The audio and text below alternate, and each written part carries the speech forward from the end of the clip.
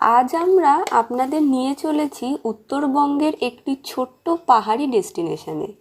উত্তরবঙ্গের সব বড় বড় সুউচ্চ পাহাড়ের মাঝে লুকিয়ে থাকা একটি ছোট্ট অফবিট গ্রাম শিটং প্রকৃতি প্রেমীদের জন্য এক শান্তির ঠিকানা। তারপর যাব আরও একটু উপরে মেঘে ঢাকা শান্ত ছোট্ট গ্রাম তিনচুলায়। ভিড় নয়, পাহাড়, মেঘ আর নিস্তব্ধতা মিলেমিশে এ এক স্বপ্নের ঠিকানা। আমরা শিয়ালদা থেকে ট্রেন ধরব।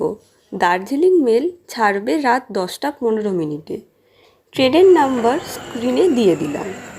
যথারীতি আমরা লাগেজ নিয়ে শিয়ালদা স্টেশনে পৌঁছে গেছি।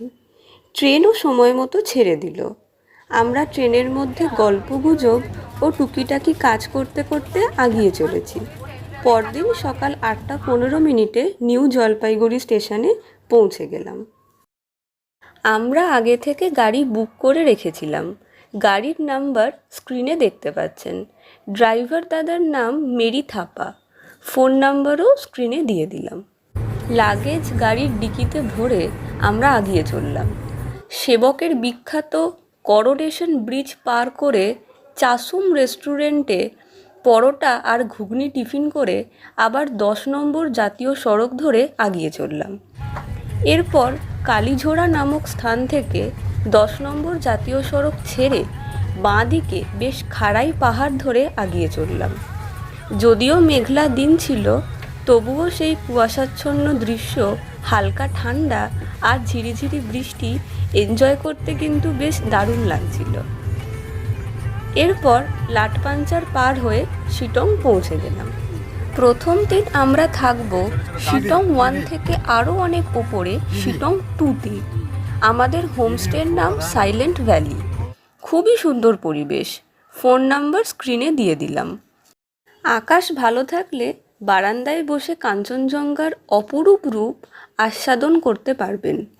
আমরা লাঞ্চে খেলাম বড় কাতলা মাছ, যা সচরাচর পাহাড়ের এত উপরে পাওয়া যায় না। রাতের বেলায় আমাদের হোমস্টে সাইলেন্ট ভ্যালি আর ঠিক পাশেই সানরাইজ হোমস্টে পাশাপাশি দারুণ লাগছিল। আমরা মে মাসের মাঝামাঝি গেছিলাম, কিন্তু ঠান্ডাটা কিন্তু বেশ জাঁকিয়েই পড়েছে আর ভালোও লাগছে বেশ। পরদিন ভোরবেলায় সূর্যোদয় দেখব বলে উঠলাম, কিন্তু আকাশ পুরো ঘন মেঘে ঢাকা। ঝিরঝির করে মেঘগুলি বৃষ্টি হয়ে নেমে আসছে। কাছেই একটা মনাস্ট্রি দেখতে বের হলাম পায়ে হেঁটে। ছোট্ট সুন্দর মনাস্ট্রি পাহাড়ের মাথায়। ঠান্ডা, বৃষ্টি আর ঘন কুয়াশার মধ্যে তখনও দেখি 2-3 জন এসে বুদ্ধাং শরণং গচ্ছামি, ধর্মাং শরণং গচ্ছামি, সঙ্গম শরণং গচ্ছামি করতে করতে মনাস্ট্রির চারদিকের প্রেয়ার হুইলগুলি ভক্তিভরে ঘোরাচ্ছে। আমরাও যোগ দিলাম। বুদ্ধাং শরণং গচ্ছামি, ধর্মাং শরণং গচ্ছামি, সঙ্গম শরণং গচ্ছামি। এরপর টিফিন করে বের হলাম সাইট সিন করতে। প্রথমে গেলাম মহলদিরাম চা বাগানে। অপূর্ব সুন্দর চা বাগান। পাহাড়ের গায়ে ছোট্ট ছোট্ট ঝাঁকড়া চায়ের গাছ। মাঝখান দিয়ে রাস্তা চলে গেছে। মেঘের মধ্যে দিয়ে আমরা হেঁটে চলেছি। একটা অসাধারণ অনুভূতি মনকে ক্ষণে ক্ষণে নাড়িয়ে দিচ্ছে।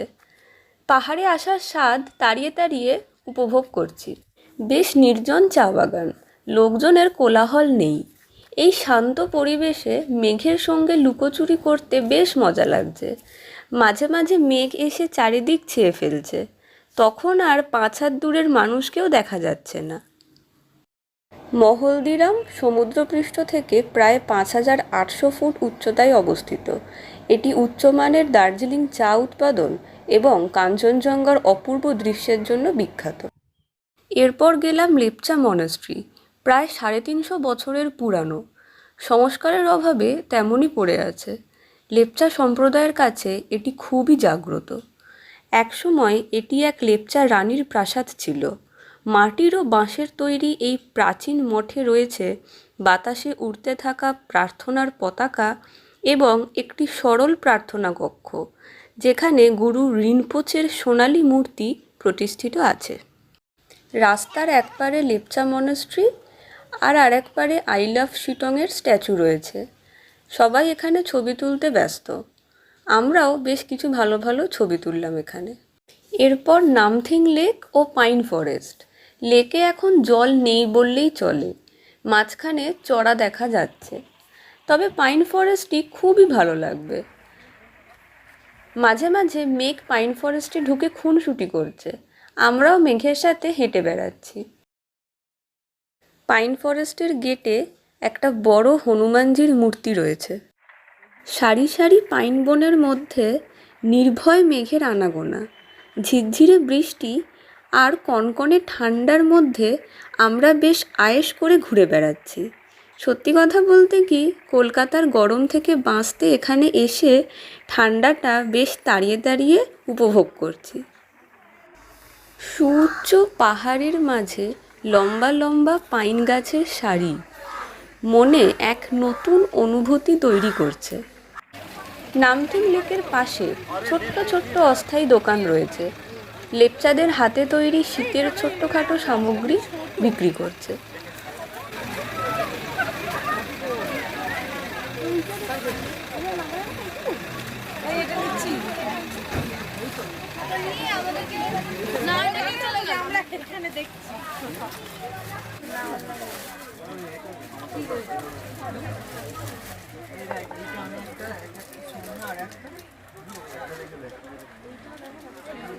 এরপর আহালধারা ভিউ পয়েন্ট। আকাশ পরিষ্কার থাকলে এখান থেকে কাঞ্চনজঙ্ঘার এক অপূর্ব 360 ডিগ্রি প্যানোরামিক ভিউ দেখা যায়। নিচে তিস্তা নদী এঁকে বেঁকে বয়ে চলে, আর পাহাড়ের গায়ে সবুজ চা বাগান, পাইন ও সিনকোনা গাছের জঙ্গল দেখা যায়। আর উপরে কাঞ্চনজঙ্ঘার অপূর্ব প্যানোরামিক দৃশ্য। এটি প্রায় 8500 ফুট উচ্চতায় অবস্থিত। আকাশ পরিষ্কার থাকলে সমগ্র পূর্ব হিমালয় পর্বতমালা, টাইগার হিল, কার্শিয়াং, মংপু এবং দার্জিলিং পাহাড় স্পষ্ট দেখা যায়। পর্যটকদের জন্য কয়েকটি বেঞ্চেরও ব্যবস্থা রয়েছে। এছাড়াও কাছে একটি ছোট্ট স্থানীয় ক্যান্টিনে চা, কফি ও হালকা স্ন্যাক্স পাওয়া যায়। প্রকৃতিপ্রেমী ও ফটোগ্রাফি অনুরাগীদের জন্য এটি একটি আদর্শ গন্তব্য। আজকের এই পর্যন্ত ঘোরা শেষ করে হোটেলে ফিরছি। আজ আমরা শিটং 1-এ থাকব। আমাদের হোমস্টের নাম বিশেষ হোমস্টে। চমৎকার হোমস্টে। পাহাড়ের এত উপরে যে এই রকম একটি হোমস্টে থাকতে পারে আমাদের ভাবনায় ছিল না। কি নেই, পরিপাটি করে সাজানো বেডরুম, টয়লেট, বিশাল ডাইনিং স্পেস, বুফে সিস্টেমে খাওয়া দাওয়া। ডাইনিং রুমে বসে আছি খাওয়ার আগে। গ্লাস স্কাইওয়াকে হাঁটার রোমাঞ্চকর অভিজ্ঞতা। মনে হবে যেন মার্কিন যুক্তরাষ্ট্রের বিখ্যাত গ্র্যান্ড ক্যানিয়নের ওপরে গ্লাস স্কাইওয়াক করছি। কাঁচের ভিতর দিয়ে নিচে পুরো রাস্তা দেখা যাচ্ছে। ঘন মেঘের জন্য ক্যামেরা নিচের রাস্তা দেখাতে পারছে না। হোমস্টেতে এক কথায় এই ব্যবস্থা অসাধারণ। Library room, indoors games room, ফুলের বাগান, সন্ধেবেলায় গান করার স্টেজ, চারিদিক উন্মুক্ত। আকাশ পরিষ্কার থাকলে যে কোনো জায়গা থেকে কাঞ্চনজঙ্ঘা দেখা যাবে। এক কথায় অনবদ্য।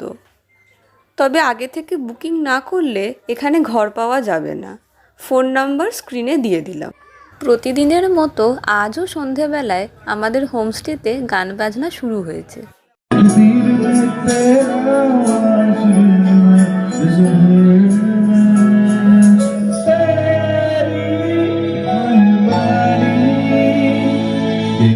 পরদিন ভোরবেলায় মর্নিং ওয়াক করতে বের হয়ে পশু সেবা করার সুযোগ পেলাম।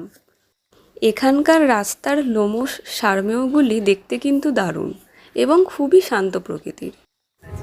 এরপর টিফিন করে বের হলাম তিনচুলার উদ্দেশ্যে। পথে সাইট সিন করতে করতে যাব। প্রথম পড়ল যোগীঘাট। এটি শিটং ও মংপু পাহাড়ের মাঝে রিয়াং নদীর তীরে অবস্থিত একটি মনোরম, শান্ত, অফবিট পর্যটন কেন্দ্র। এটি সমুদ্রপৃষ্ঠ থেকে 3500 ফুট উপরে অবস্থিত। স্থানটি তার প্রাকৃতিক সৌন্দর্য, সবুজ উপত্যকা ও পাখির কলতানের জন্য জনপ্রিয়। বর্তমানে রিয়াং নদীর উপরে লোহার ঝুলন্ত সেতুর উপর দিয়ে যাতায়াতের পথ। যদিও ব্রিটিশ আমলের জর্জরিত কাঠের ঝুলন্ত সেতুটি ঐতিহাসিক নিদর্শন রূপে আজও বিদ্যমান। খরস্রোতা রিয়াং নদী তার আপন খেয়ালে পাথরে ধাক্কা খেতে খেতে বয়ে চলেছে। এখানে জলকেলি করতে বেশ মজা লাগবে। ঠান্ডা স্নিগ্ধ বাতাসে মন তরতাজা হয়ে উঠবে। রিয়াং নদী এখানে অনেকটা সরু হয়ে গেছে, গরমে জলস্তরও নেমে গেছে। নদীর উপর বড় বড় পাথরগুলি দেখা যাচ্ছে। পাথরের ওপর দিয়ে অনায়াসে হাঁটাচলাও করা যাচ্ছে। পর্যটকরাও ঝাঁপিয়ে পড়েছে ছবি তোলার জন্য। রিয়াং নদী কত সুন্দরভাবে পর্যটকদের ছুঁয়ে নিচে নেমে যাচ্ছে। এর পরের গন্তব্য মংপু, বহু চর্চিত কবিগুরু রবীন্দ্রনাথ ঠাকুরের গ্রীষ্মকালীন আবাসস্থল। এখানে কবিগুরুর একটি সংগ্রহশালা আছে। 25 টাকা টিকিট কেটে ঢুকতে হবে। বাইরের প্রাকৃতিক পরিবেশ অসাধারণ।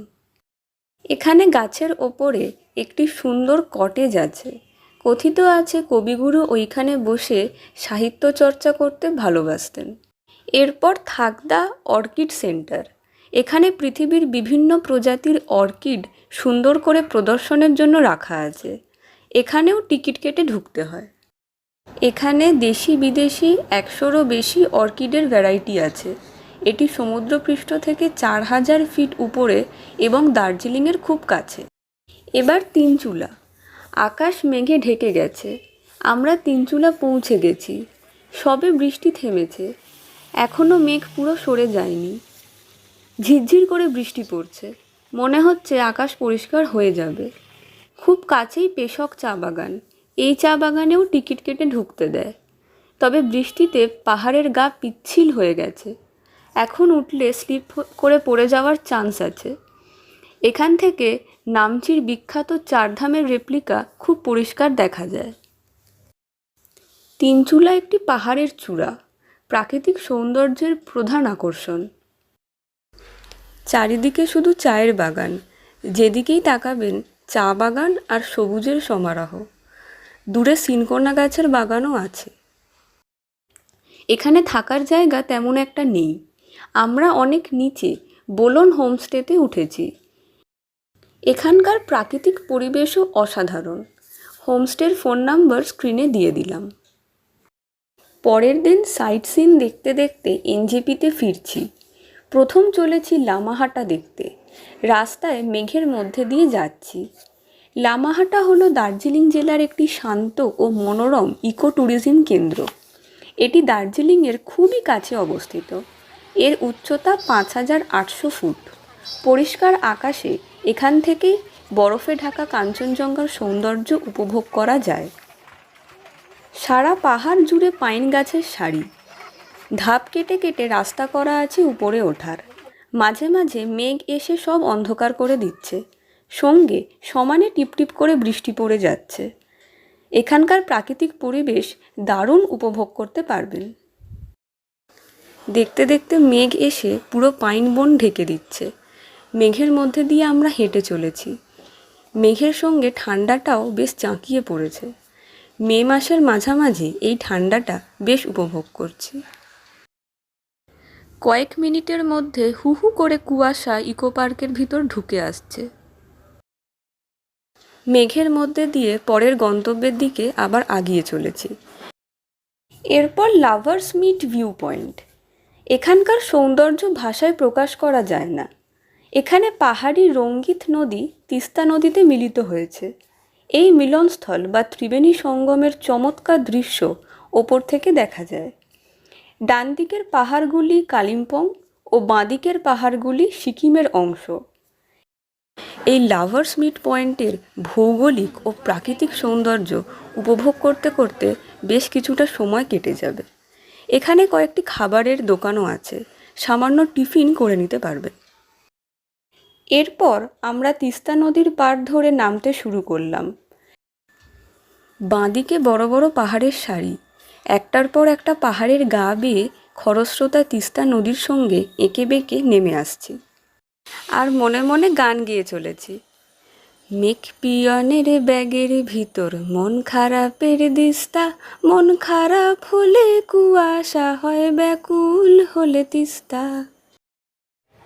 নামতে নামতে এক জায়গায় তিস্তা নদীর চরে নেমে পড়লাম। চারিদিকে পাহাড়, পাশ দিয়ে কলকল ছলছল শব্দ করে তিস্তা নদী বয়ে চলেছে। অপরূপ সৌন্দর্য উপভোগ করতে করতে মনের মণিকোঠায় ধরে রাখার জন্য কয়েকটি ছবিও তুলে নিলাম। তারপর সোজা চলে এলাম এনজেপিতে। রাতের ট্রেনে কলকাতা ফিরব। তো বন্ধুরা, এই ট্যুরটি কেমন লাগলো কমেন্ট বক্সে অবশ্যই জানাবেন। আর ভালো লাগলে লাইক, শেয়ার ও সাবস্ক্রাইব করে দেবেন।